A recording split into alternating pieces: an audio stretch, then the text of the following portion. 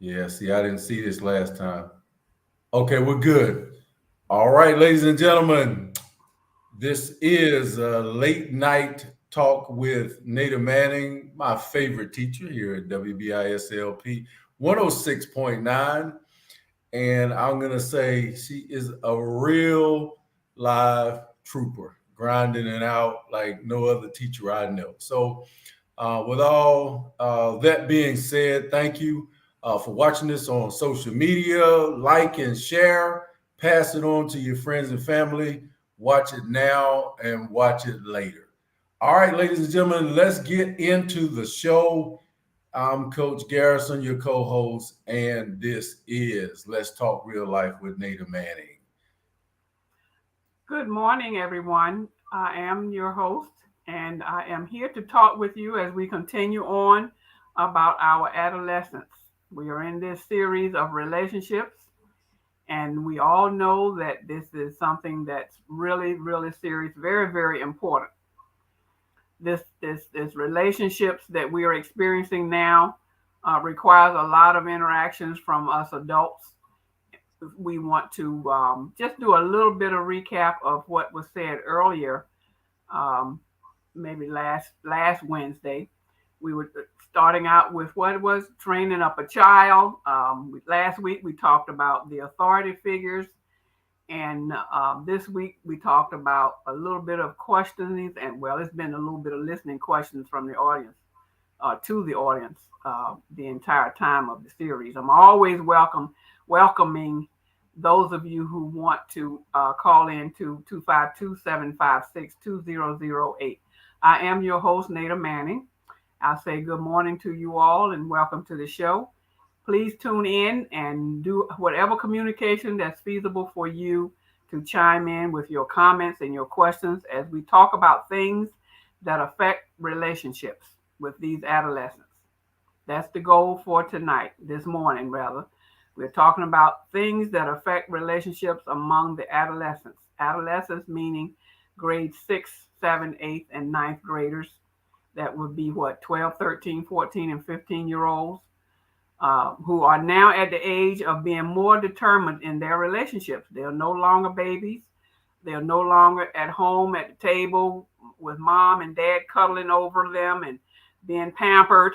None of that. We are now growing up to be young ladies and young men where we want to develop a more mental and sociable attitude about ourselves. We're no more babiness, no more pampering, no more in the lap. No. Now we're out there among the school children that's our age that have different things going on in their lives. And we want to make sure that they are prepared when they go out there. Part of this show is what we're going to do in Bridging That Gap. It's a Bridging the Gap series where we want to let them know that when you were home, you were in one environment. Now that you're out in the world, you're out in your world is in the school, and you're among all these other young folks out there that's your age. What do? How are you going to handle yourself? Are you going to be impressed or depressed with what you see and hear? Because you're going to be meeting some interesting folks. As teenagers, you are very, very impressionable. You are paying attention to different things. You want new friends, and you do get new friends. And your new friends can either make you better or make you worse. That Make peer you better. pressure, that peer pressure is something else. I tell you, I'd love for you to hit on that if it's in your plans. I don't want to throw you off too much, but that peer pressure really is. Yes. Um, so with the friendships, um, some of them, because of so many different things being thrown at these young people, they are what I want to say. Some of the relationships that they develop don't last very long because they're confused. They don't know what to do. They don't know whether to sit down and get up or go away or what.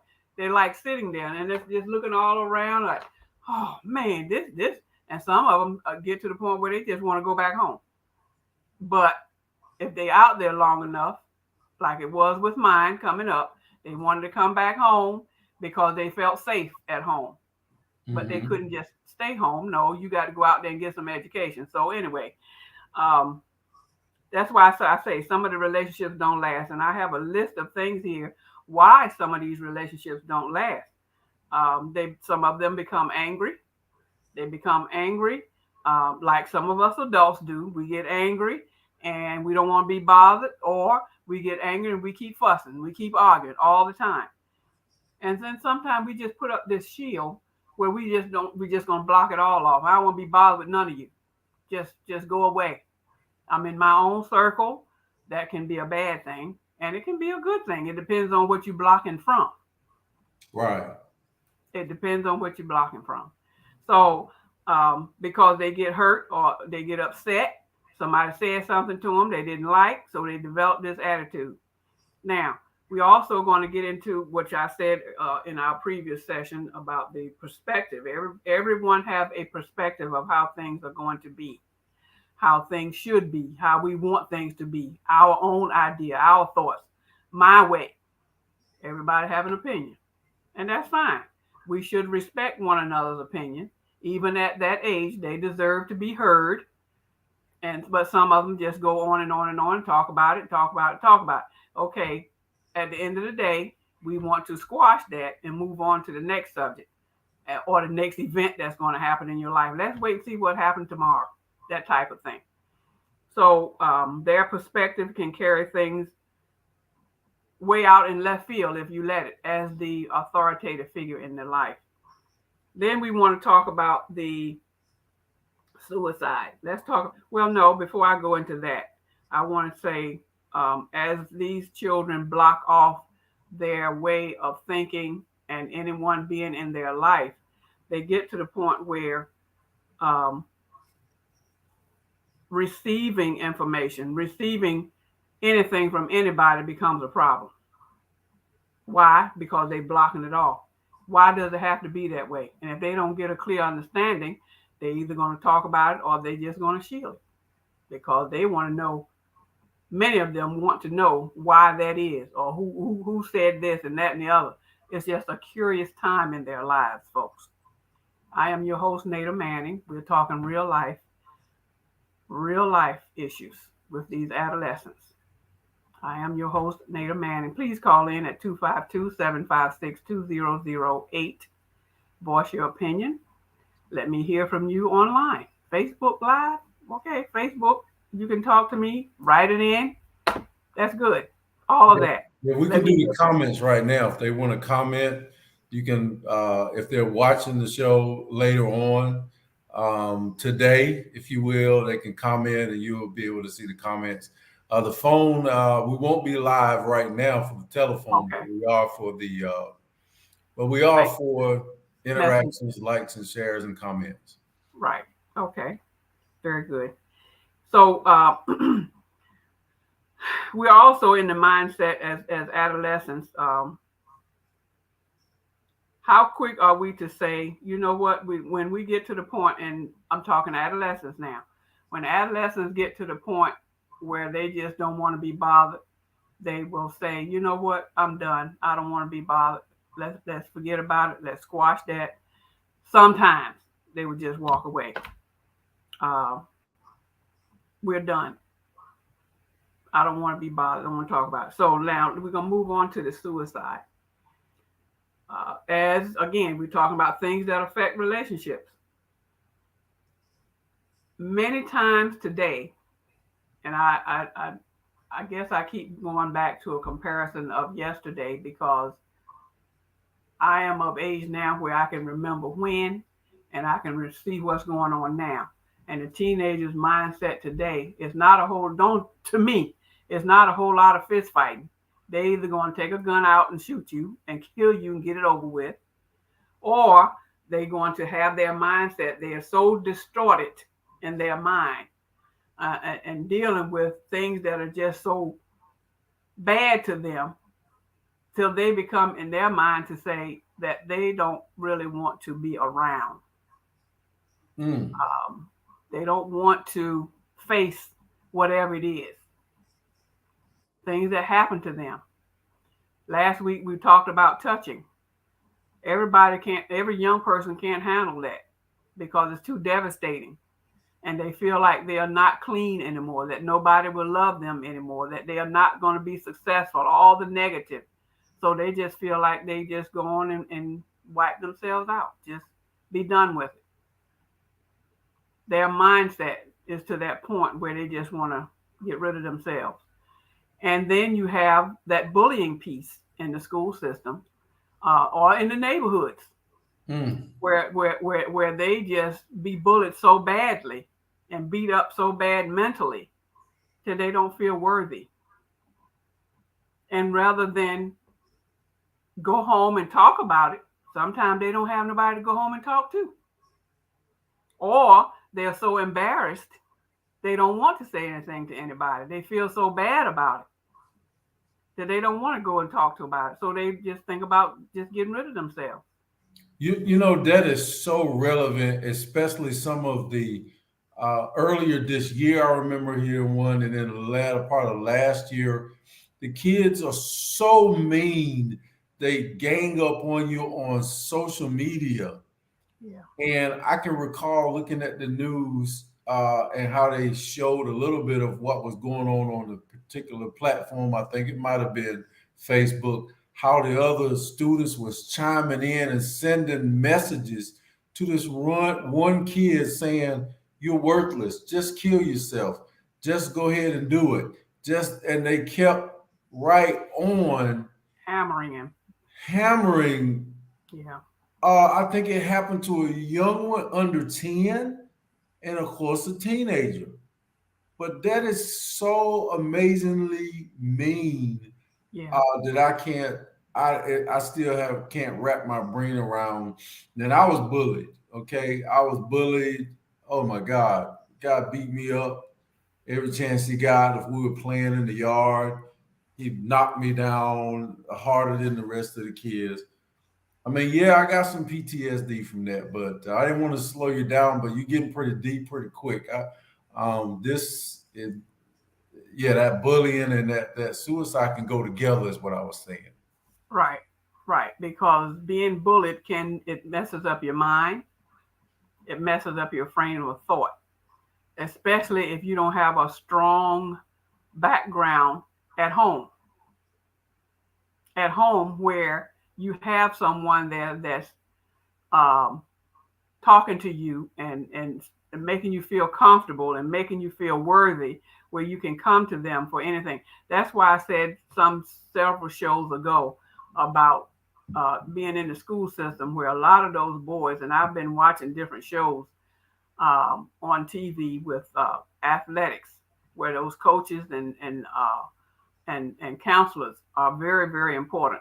I think, and I'm not a sports fan by no means, but I have been watching a little bit of the games that have been coming on for the past 2 or 3 weeks.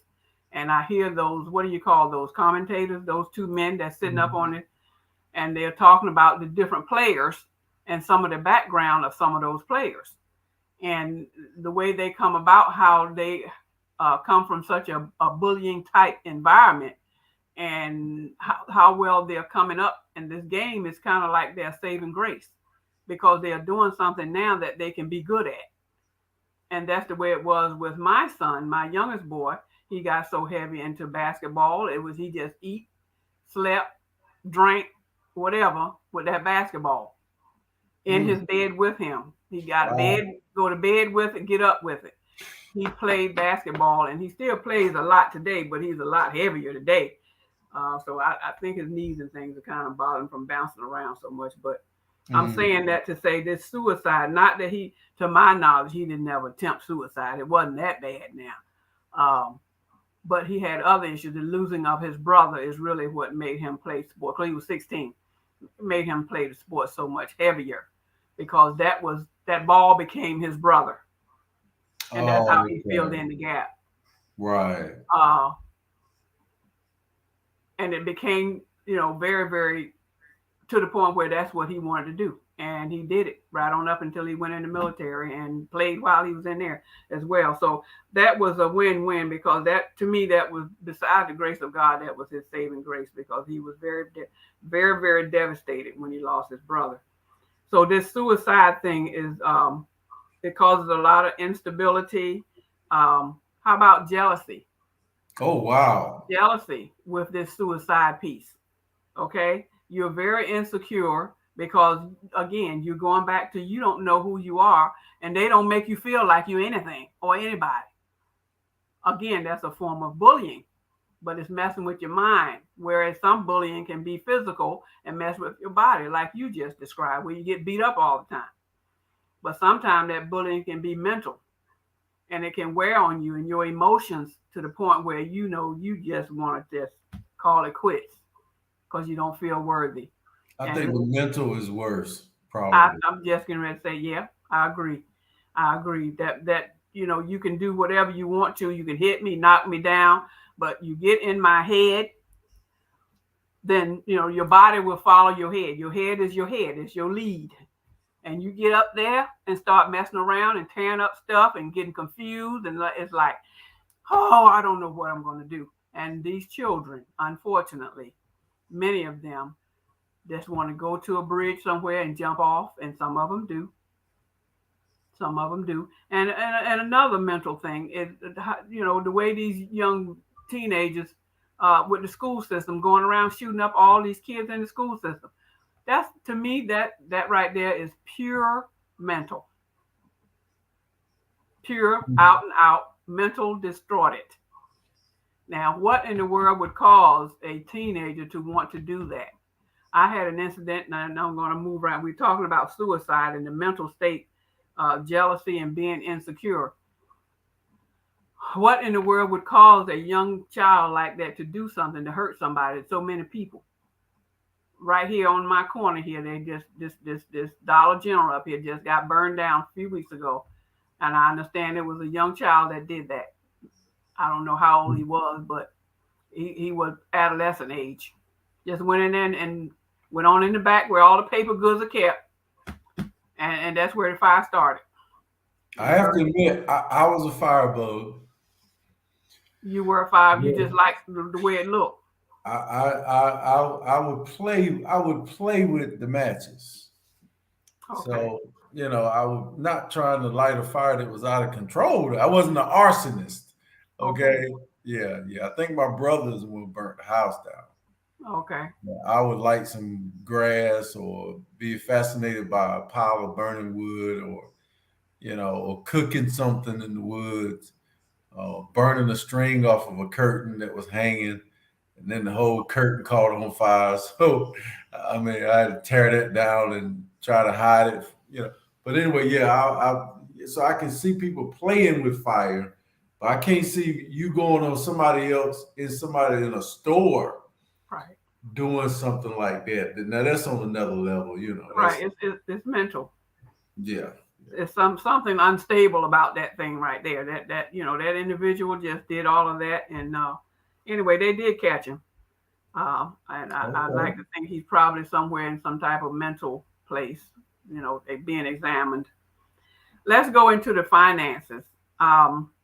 We talked earlier about my son working so hard to have his little money in his pocket, and but the thing is, we as adults, as responsible authority figures, should, and I didn't do it, I should have been better at showing them both how to manage their money. I would tell them, but I didn't tell them enough. Again, maybe I'm beating myself up now. I don't know.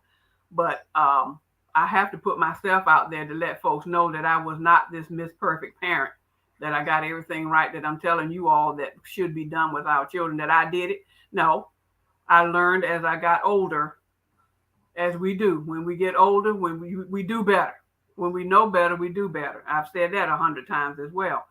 So this piece about the finances, and it helps them in the long run. As teenagers, they have their little job. They want to have their little car. Okay, you can drive, but you're going to have to put gas in the car.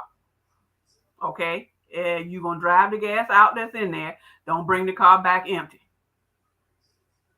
Well, Mama, I'm not gonna have no money to take my girl to the. You want the date? That's your date. You want to take them out, then you know what money you're gonna leave home with. You leave home with say $100 or $50 in your pocket. You can put $10 worth of gas in the car. That just don't bring it back empty. I didn't say fill it up.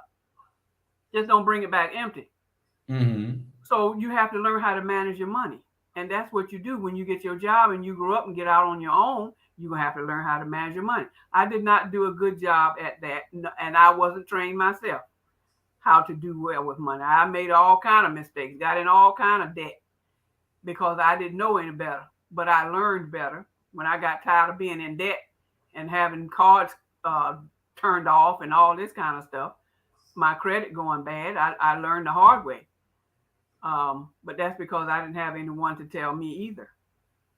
But we want to fill that gap. We want to bridge the gap with our people today and show them because things are a lot more expensive today. You ain't gonna go out there and buy no tank of gas for $5 and $10. Mm-hmm. I had a hoopty when I started out driving, and it didn't take but $10 to fill it up. A Volkswagen. Wow, $10. A Volkswagen Beetle.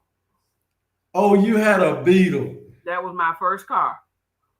And it didn't take but $10 to fill that thing up. And I thought that was a lot of money. I wasn't but 17. Yeah, $10 is a lot of money. Right. So my point is, these are the things that come up in our adolescence age where we're supposed to tell them how to manage their money better. I did not do well in telling mine how to manage their money. I learned the hard way, and I did my best to tell them what to do. However, moving along from that, we're talking about being loyal. We're still talking about relationships now, things that affect a relationship. Like I just said about the finances, you want to go out on a date at 16 or 17 years old, and you want to drive, okay, then you have to be responsible in your finances. Don't go out there and spend all your money on this girl and you're going to have nothing to work on for the next week or two. Don't do that. Be smart.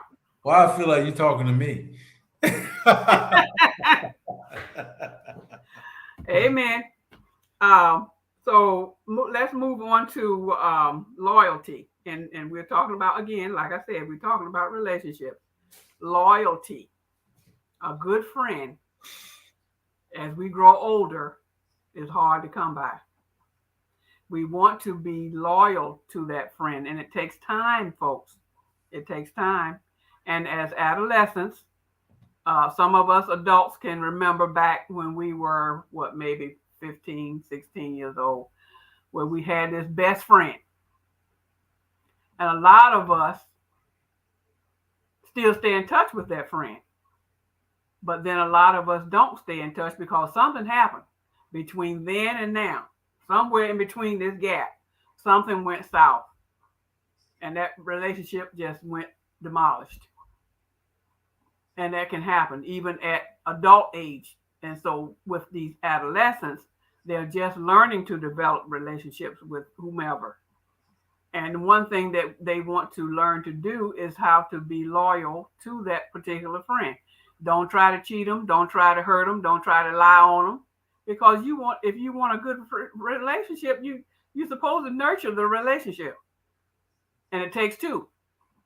That's another thing. It's a two-way street, not one way. So if both of you want this relationship to work as teenagers, because it applies to grown folks too, if you want it to work, it's going to take two people. Because it's two people. It takes two to make a relationship. You can't have a relationship by yourself. Well, excuse me. You know what you just reminded me of? I was with my junior high school sweetheart in high school. I remember saying, "No, let's just end this. Let's just be friends." I was trying to get out of it. I remember that. Not that I was trying to be a player or anything. I just feel like it was a lot going on because, like you just said, you got to be able to nurture a relationship and that type of thing. So I did wind up. We did wind up growing up together all the way through high school and through college, and then of course, get married. and stayed married for 30 years. So I do remember that. That's interesting how you were bringing up that conscious relationship at a young age. Right. Right. And those that age is very impressionable. And when you find someone that you really like and enjoy spending time with, you don't want to lose that person. Whether it be a male or female, it doesn't matter. A friend is a friend. And if and it's good to have one. And today I know a couple of older people like myself that still know some of their friends. They're still around. In other words, they still around and they still friends with them. And they can talk about what happened back in the day, like you just did, and how things once were. They still friends. And I think that is just so amazing to have that kind of friendship, that kind of relationship. And it started back when they were in school. And they like 70 and 80 years old. And both they all still around. What? And so they get together every now and then and talk about that. I think that's just awesome. So things that can affect a relationship can be positive or negative. It don't always have to be something negative. The things I'm listing here can be like loyalty. That's a positive thing, if you're going to stick with that. And then after being loyal and truthful and genuine, then you have that commitment. Being friends. You're committed to being friends no matter what. That friend can grow up to be your best man at your wedding. It can be your maid of honor in your wedding as a woman because you've been friends. Now I have I have one female friend left that I went to high school with. She lives in a different state, and we are not as close as I think we are. We are not as close as we once were when we were in high school. We both were married at the same time. We both had our children together. My children would be over there with her children, that type of relationship. But that was back when we were in our 20s. Well, we're in our 70s now. We're talking 50 years ago. And so things change, people change.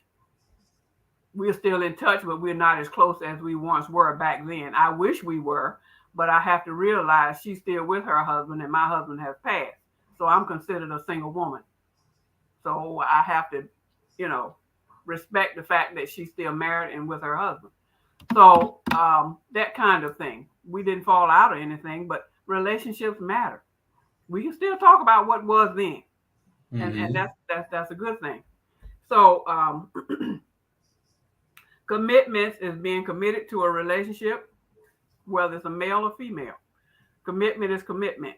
And as young adults, young adolescents, I don't know if they are really right tuned in with that word of being committed at that young age. I don't know.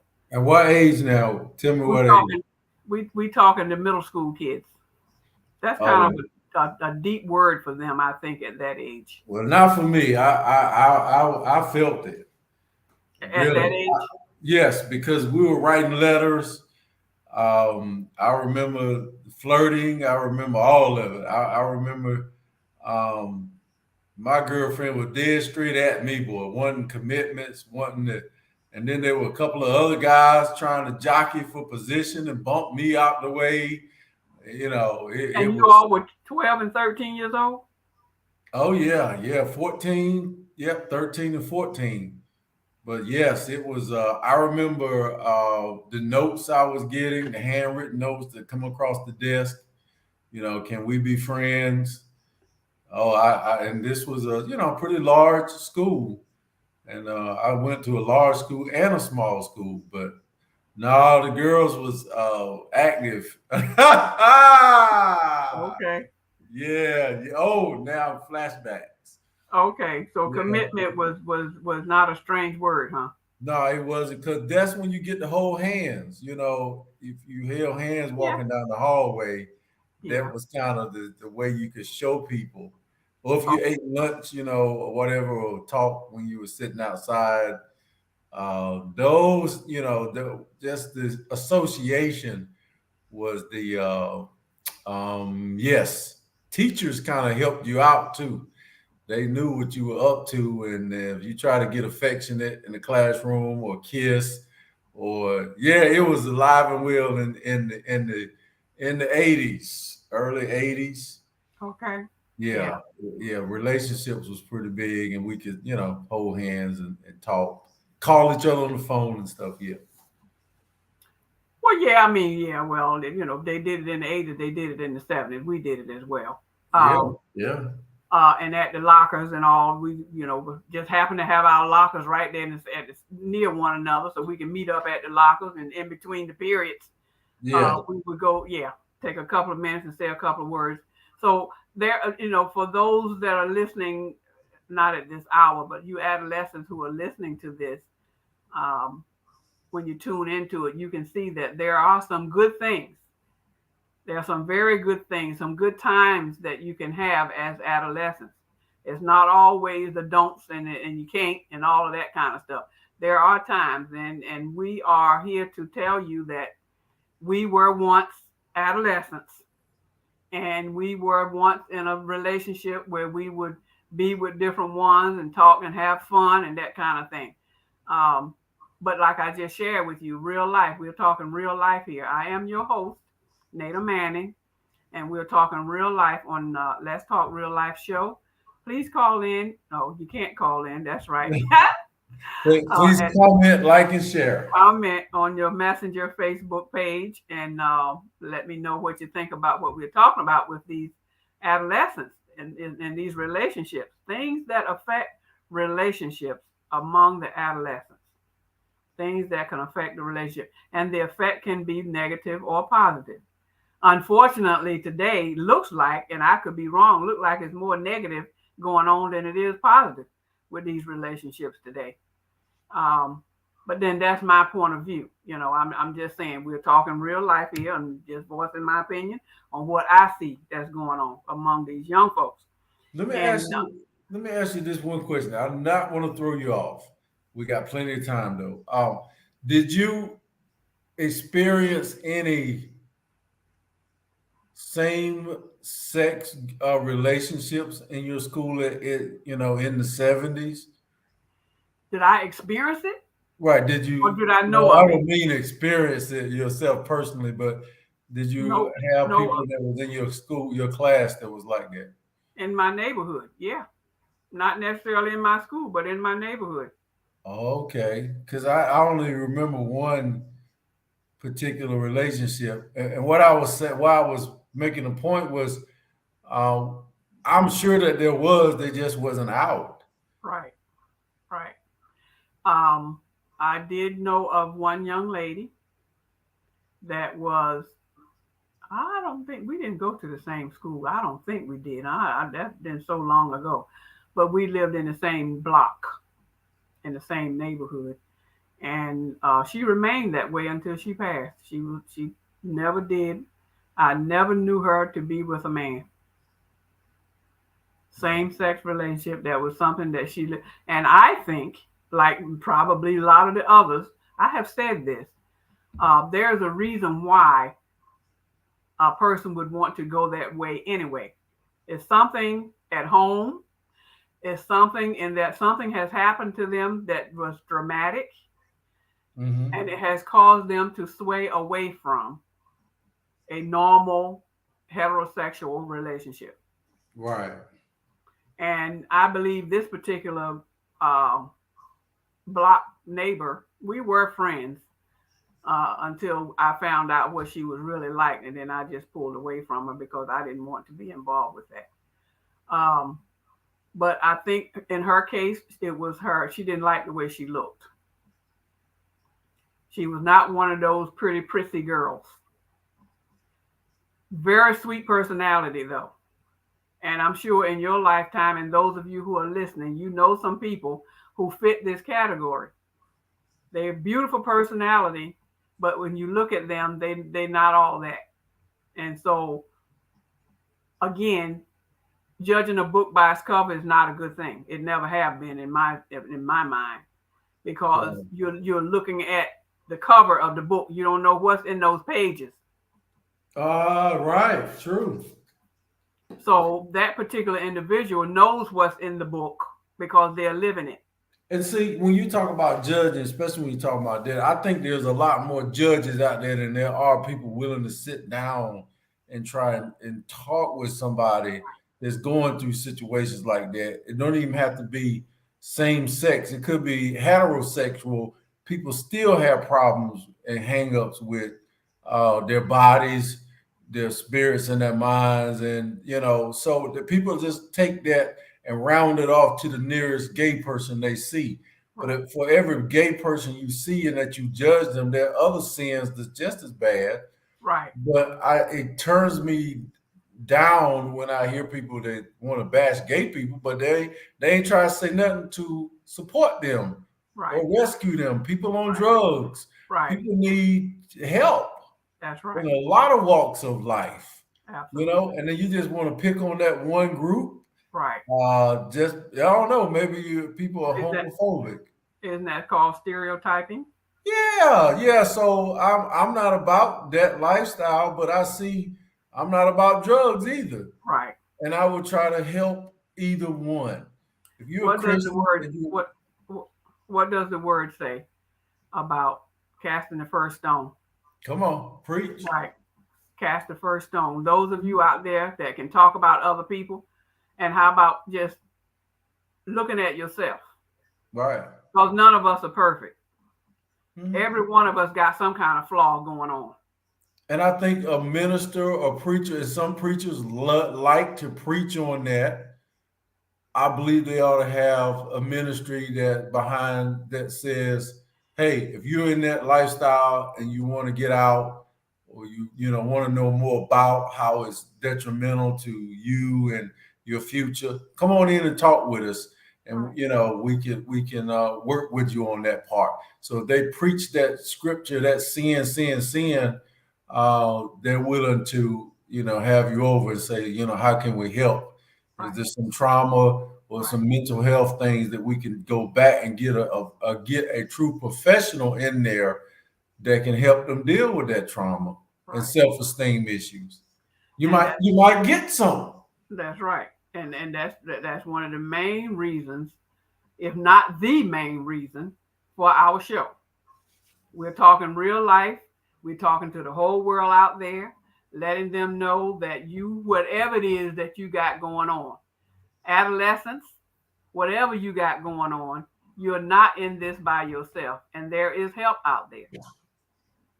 You have to pray, and ask the Lord to help you to find the right person to talk to. I've said this more than once. You're not alone. Don't think that you have to be to yourself and become suicidal and feel like you're unworthy because nobody cares for you. That is not the case.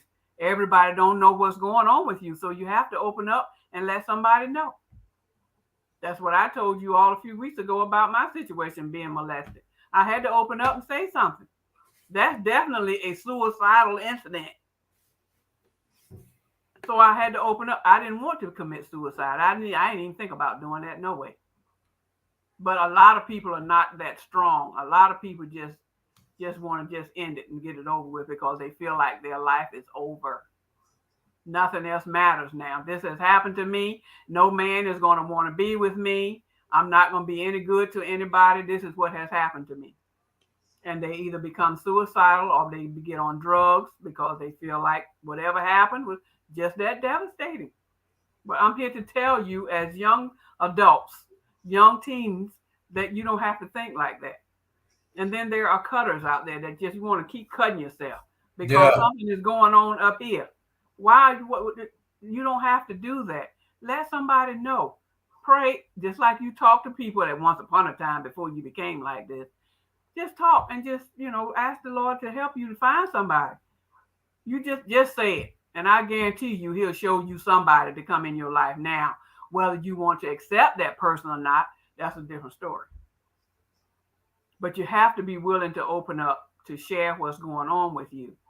And the more you talk about it, the better you'll feel. And who knows, that can talk you into a better frame of mind.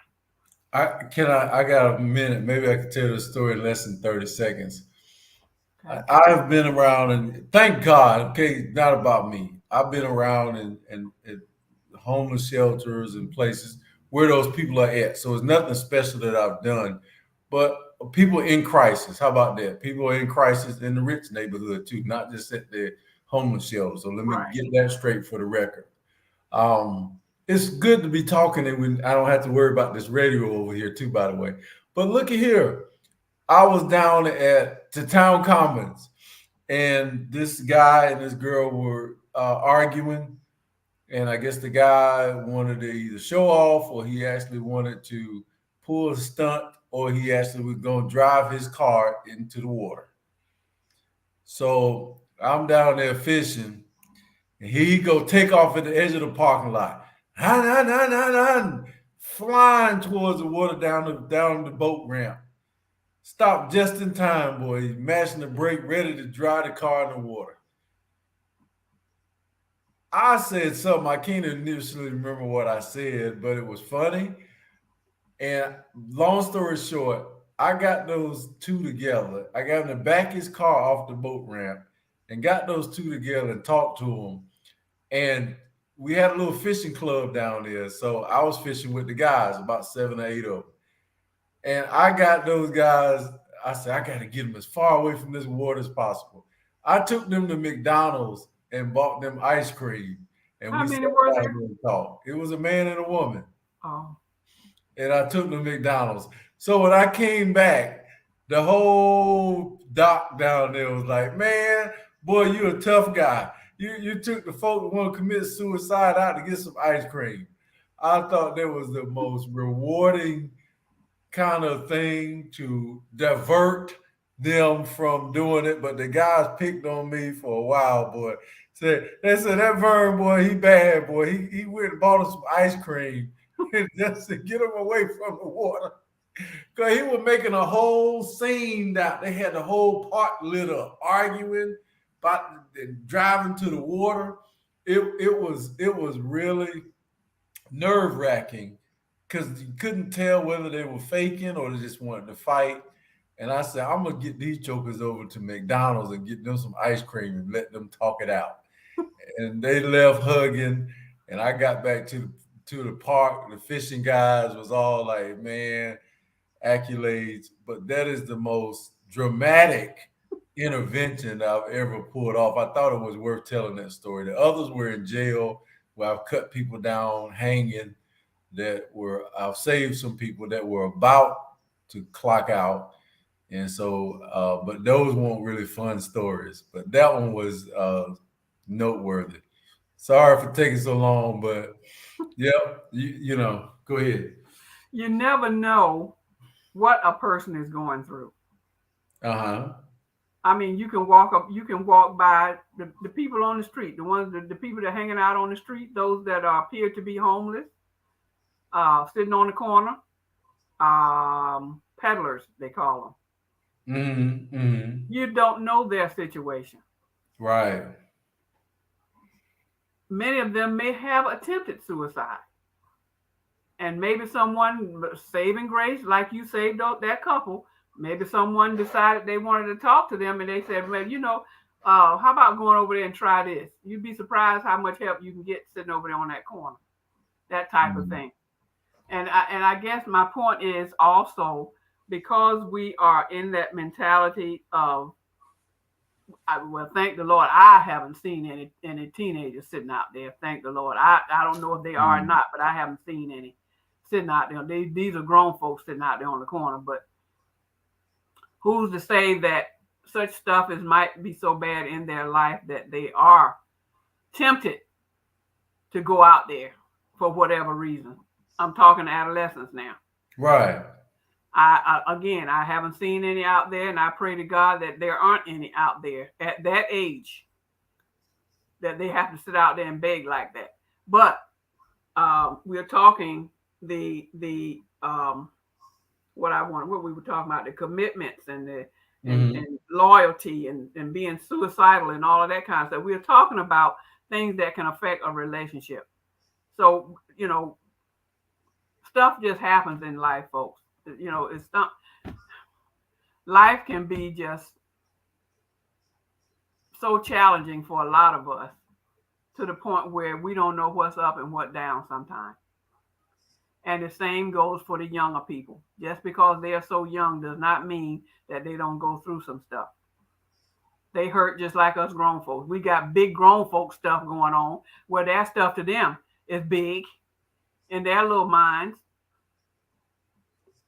So we just want to make sure that we continue to encourage them and lift them up. And that was my next comment down here is under the commitment part was encouraging. We want to be encouraging to these young people because they are our future. We want to have some strong men and women when they become of age. Yes, they have to go through some things like we did because I believe my grandparents always said, if you don't go through anything, then you won't be much. Oh, so you got to go through some things. You have to go through some things in order to grow. You have to experience some things. And those things can be not so sweet all the time. But you're going through them to get better. That's what my grandparents told me. So, and I believe that. Because you can put two people together, the same age, one that was pampered all of their life, didn't go through much because they've always had their parents around to fall on them. And then you got somebody else out there like me and a lot of other older people out there that have gone through the ranks and are able to become bold soldiers for Christ because there wasn't nobody but Christ that brought them out of it. Amen. So we give credit to Christ because no one else was around to help. So we want to teach our children to be strong, to make good decisions, to know that they have someone they can go to. So make yourself available so that they can see in the school systems here. Make yourself available. Don't just, well, I wish they would pull their pants up. Now, I have said that, but I have also said it to a few young men. Is there a particular reason why you have your pants hanging down under your cheeks? Good gracious. Under your cheeks. Why is that? I mean, help me to understand. I'm a grandmom, and I want to understand why. What is the purpose? It's a fad. It's the style. You just want to be seen. What's going on? They don't say anything. They just pull the pants up and keep walking. Because why? They don't know what to say. How are they going to answer that? And I just say, it would be nice if you would just pull your pants up and let them stay up. You would look so much better. You're a handsome boy. Why you got to have your stuff hanging out? They'll smile at me and pull the pants up and go on. Now, they might pull them back down when they get around the corner. I don't know. But my point is we're supposed to make a difference. We're talking real life issues, folks. I'm coming down to the last 3 minutes of the show. And I'm still not done, but I got a little bit further this time. We did cross the encouragement piece. So I will mark that off until next week. Because encouraging some of these things, like I said, all of this about this affecting relationship can affect all ages across the board. We just focusing on the adolescents these next couple of weeks. So as we begin to close, I want to say how great it has been to talk about encouraging words for our young folks because we want them to feel worthy and we have to lift their spirits. All of us want to feel worthy. I enjoy different ones telling me encouraging words and sharing some good things because it lifts my spirit.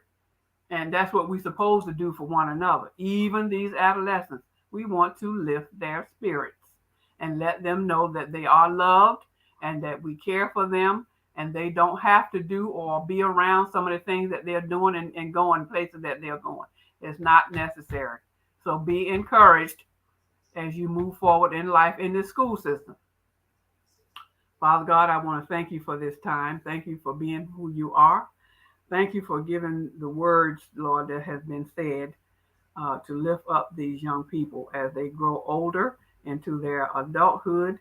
They can think about some of the things that they've done and the places that they have been. Be with them, Lord, as we continue to pray each week Bless all of the listeners out there, Lord, and encourage all of them to be an encourager to others, whether they're young people or older people. Just be a lending word for them to go out there and say something to someone to lift their spirits. We all need it, Lord, and we can only do it with your help. In Jesus' name. And I thank you again for this time. You folks have a wonderful rest of your day today. Enjoy your life until next week. Stay tuned to Let's Talk Real Life. I am your host, Nada Manning. Have a wonderful evening and a good weekend. All right. Amen.